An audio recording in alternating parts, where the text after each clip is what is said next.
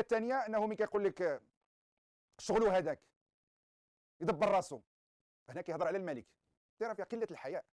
وشنو خليتي الانسان العادي ما يقول؟ شنو خليتي الانسان العادي ما يقول؟ غدا دابا الملك يدير خطاب نقولوا له شغلو هذاك، يعني من يجي الصحافه عند المسؤولين بعد الخطاب، من قبل كنقولوا نتمنوا الخطاب، دابا نقدروا نقولوا شغلو هذاك، لان انت وزير عدل، انت مسؤول داخل الحكومه، كتكلم بهذه الطريقه اللي فيها قله الحياء. بالنسبه ليا قله الحياء، حنا راه غير الاب ديالك تهضر معاه بهذه الطريقه ويسمعوك الناس كيقولوا هذا مسخوط الوالدين. يجي شي واحد يقول لك راه باك قال لك واحد براسو شغلو هذاك، يقول لك انت مسخوط الوالدين، تحترم باك ماشي حشومه عليك.